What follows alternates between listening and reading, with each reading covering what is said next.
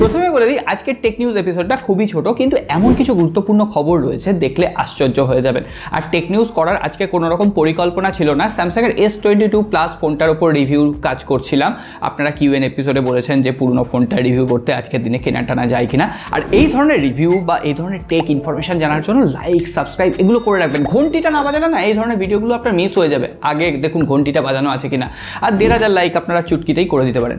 প্রথমে টেলিগ্রামের একটা আপডেট দিয়ে দিই। আপনারা সকলেই জানেন টেলিগ্রামের যিনি সিইও রয়েছেন পাভেল ধ্রুব, তাকে ফ্রান্স থেকে অ্যারেস্ট করা হয়েছিল। ফ্রান্সের সরকার অলরেডি টেলিগ্রামের ওপর বিভিন্ন ধরনের আইনানুগ ব্যবস্থা নিয়েছে, এমনকি বিভিন্নভাবে তারা প্রমাণ জোগাড় করার চেষ্টা করছে যে ইললিগাল অ্যাক্টিভিটি হয়েছে।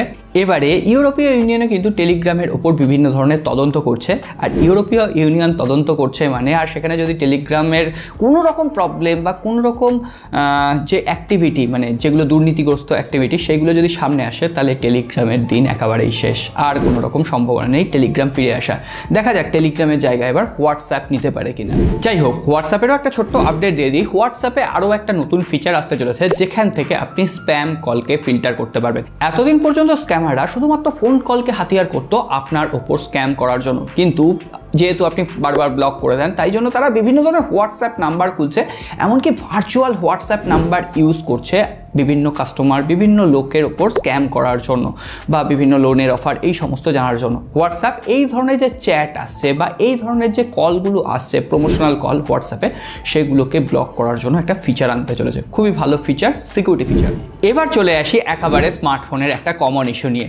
আজকে 91 মোবাইলের একটা রিসেন্ট রিপোর্ট থেকে দেখা যাচ্ছে আমরা এতদিন পর্যন্ত OnePlus স্যামসাংয়ের ডিভাইসে গ্রিন লাইন ইস্যু ফেস করেছি মোবাইলে। এখন সেটা খুবই কমন ইস্যু হয়ে গেছে, আর গায়ে লাগে না।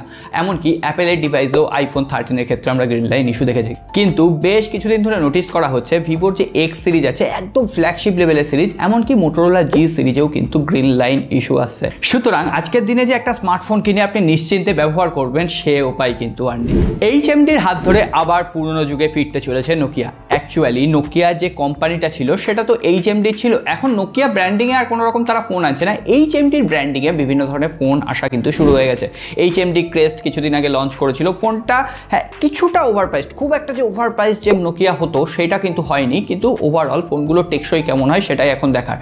HMDর ফোন অবশ্যই কভার করার চেষ্টা আছে, কিন্তু তার থেকেও বড় কথা HMD এবার নোকিয়ার যে লুমিয়া সিরিজ ছিল সেই লুমিয়া সিরিজের ডিজাইনকে কপি করে বিভিন্ন ধরনের নতুন নতুন স্মার্টফোন নতুন নতুন কালার ভ্যারিয়েন্টে লঞ্চ করতে চলেছে। আর এই লুমিয়া সিরিজের স্মার্টফোনের সঙ্গে না একটা নস্টালজিয়া কাজ করে, দেখতে ওই উইন্ডোজ ফোনের মতো, পেছনের দিকে একদম আনকমন, দেখেই বোঝা যায় যে না ওটা সেই পুরনো লিজেন্ডারি নোকিয়া স্মার্টফোন।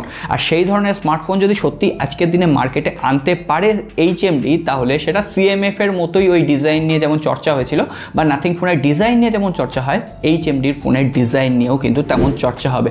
আর বলা হচ্ছে খুব তাড়াতাড়ি সেই ফোনগুলো আমাদের এই রিজিয়ানেও লঞ্চ করবে, মোটামুটি অক্টোবর বা নভেম্বর মাস নাগাদ। আর এই ফোনটা 108 মেগাপিক্সেলের ক্যামেরা থাকবে, 120 হার্টজের অ্যামোলেড ডিসপ্লে থাকবে। এইটুকু পর্যন্তই এখনো জানা গেছে। কি চিপসেট থাকবে এখনো জানা যায়নি, ধরে নেওয়া যায় যে কোয়ালকমের চিপসেটই থাকবে। সো ওভারঅল এখন দেখা যাক। আর যদি সঠিক দামে HMD এই সমস্ত স্মার্টফোনগুলো সত্যিই মার্কেটে আনতে পারে তাহলে কি আবার সেই পুরনো HMD বা নোকিয়া স্মার্টফোন আপনারা কিনতে চাইবেন? জানাবেন। এবারে আজকের এক্সক্লুসিভ খবরে চলে আসি। Redmi Note 14 সিরিজের 3টে স্মার্টফোনের এই সম্পূর্ণ স্পেসিফিকেশন ডিটেলস সামনে চলে এসেছে। Redmi Note 14 যে ফোনটা সেখানে অ্যামোলেড ডিসপ্লে 1.5K থাকবে, এছাড়াও মিডিয়াটেকের Dimensity 6100 চিপসেট থাকবে, যেটা মোটামুটি 17 থেকে 18,000 রুপির প্রাইস পয়েন্টে লঞ্চ করবে। 50 মেগাপিক্সেলের ক্যামেরা থাকবে। আগের জেনারেশনে 108 মেগাপিক্সেল পেয়েছিলাম, কিন্তু এবার সেন্সার বেশি হবে, মানে সেন্সারের সাইজ বড় হবে, কিন্তু 50 মেগাপিক্সেল আদপে আমরা ক্যামেরা পাবো। এছাড়াও Redmi Note 13 Pro আগেই বলেছিলাম Qualcomm Snapdragon 7S Gen 3 চিপসেটের সঙ্গে আসছে। আর এই স্মার্টফোনটা তো 1.5K এর একটা কার্ভড অ্যামোলেড ডিসপ্লে থাকবে, 120 হার্টজের রিফ্রেশ রেট থাকবে। আর Redmi Note 13 Pro এবং Pro Plus দুটো স্মার্টফোনেই রেডমি এবারে অন্তত টেলিফটো সেন্সার দিচ্ছে, এবং সেটা হতে পারে 64 মেগাপিক্সেলের। ওভারঅল এখন দেখা যাক। রেডমি কিন্তু আগের জেনারেশনের টেলিফটো সেন্সার Redmi Pro সিরিজে দেয়নি, এবার দিচ্ছে। আর Redmi Note 14 Pro এই মাসেই চাইনিজ মার্কেটে কিন্তু লঞ্চ করতে চলেছে। 3টে স্মার্টফোনই একই টাইমে লঞ্চ করবে, আর মোটামুটি অক্টোবর মাসের মিড উইক নাগাদ আমাদের রিজিয়নেও লঞ্চ হয়ে যাওয়ার কথা রয়েছে। এবারে সব শেষে স্যামসাংয়ের সস্তা ফ্ল্যাগশিপ ফোনের খবরে আসি। স্যামসাংয়ের S24 ফ্যান এডিশন অবশেষে ফোনটার সমস্ত সার্টিফিকেশন সেকশন খতম হয়ে গেছে, মানে সমস্ত জায়গায় লিস্টেড হয়ে গেছে। এখন শুধুমাত্র লঞ্চের অপেক্ষা। তার মধ্যে যোগেশ বারের রিসেন্ট টুইটার হ্যান্ডেল থেকে অলরেডি স্পেসিফিকেশন আপনাদের বলা হচ্ছে যে যে 50,000 রুপিতে এই স্মার্টফোনটা লঞ্চ করবে। যদি 50,000 রুপি হয় তাহলে ঠিক আছে, কিন্তু পারফরমেন্সের দিক থেকে কখনোই স্যামসাংয়ের স্মার্টফোন নয়। এর থেকে বেটার স্মার্টফোন এখনই মার্কেটে অ্যাভেলেবেল রয়েছে।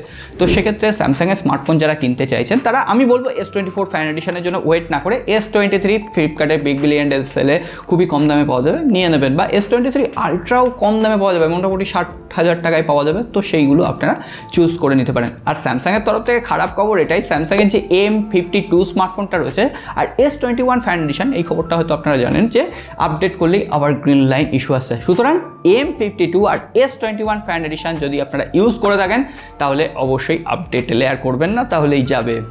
যাই হোক, এর সঙ্গে সঙ্গে স্যামসাংয়ের যে সমস্ত ডিভাইসে One UI 7.0 আপডেট আসবে না, হ্যাঁ ঠিক শুনছেন, আপডেট আসবে না, সেই ডিভাইসগুলোর লিস্টের নাম সামনে এসছে, আপনাদের সামনে দিয়ে দিলাম। এর ভেতরে কি আপনারা কোনো ডিভাইস ইউজ করছেন? তাহলে জেনে রাখুন One UI 6E আপনাদের জন্য শেষ আপডেট।